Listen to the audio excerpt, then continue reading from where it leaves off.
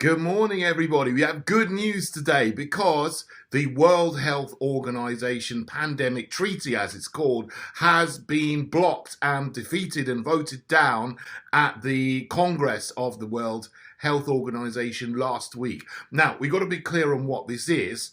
This wasn't actually a treaty, although it's widely being called a treaty. What this was proposed amendments to the International Health Regulations 2005 by Joe Bidén and his regime in the USA that they submitted on January the 18th, and they went quietly under the scenes by stealth, and nobody knew about them until about April. But they had their summit in Geneva last week. And what these regulations would have done is give the World Health Organization total power over national policy and emergency reaction and response, whatever that means, if they decided to declare an emergency or a pandemic in the future. So they would take control of the health services of nations, the policing of nations, what they would need to do to respond to any emergency situation. So you could easily have had a global government effectively implementing tyranny, totalitarianism, lockdowns, social distancing, forced or coerced injections to respond to whatever they say, being implemented in all of the member states around the world. That was what the regulation change would have given the power to the WHO to do. But the majority of members, the member nations, voted against it, which is fantastic. Led by African nations. So God bless Africa and everybody who stood with the nations, with the African nations, Russia, China, Iran, Malaysia, Brazil, many other countries as well, all came together to vote against these the regulation changes which would have allowed this potential tyranny to take place in the future. And it's such a bizarre situation we have. The world is like inverted. So, countries that in the past, were totalitarian are now standing up for freedom. And the collective West, which used to stand up for freedom and democracy, is now trying to implement a tyrannical one world government system. So everything has been inverted. But, what this shows us is that there is hope.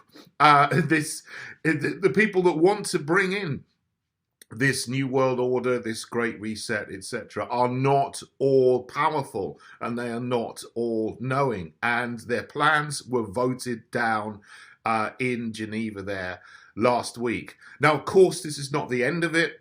What the collective West has done, it's terrible to say that. Where on earth are we? Is the collective West, where our regimes are trying to continue to push this? But what the collective West's governments, regimes have done is said, well, we want some technical amendments to the amendments. They're going to make another committee to try to redraft the amendments that have been submitted, obviously voted down, but bring them back in a couple of years' time. So as I understand, the plan now is to go away and come up with something else that they can submit in 2 years' time in 2024.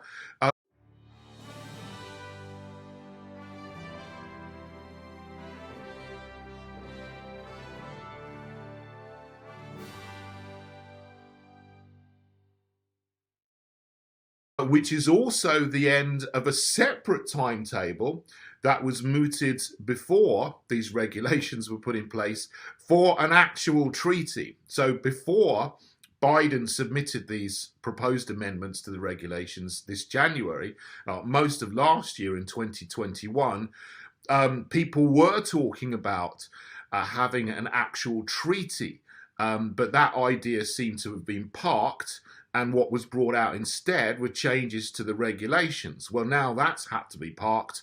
So what they're going to try and do now is probably bring back some kind of actual treaty to be agreed on or voted on in 2024, as well as amendments to the amendments. So, you know, this is a great victory of this battle, this pushback. But of course, the war is not over until the people that are trying to bring in these plans to take away our freedoms are gone, and they are brought before the courts for what they're trying to do to the world. So thank you to everybody in every country who has voted for freedom for the whole world and for fighting the good fight.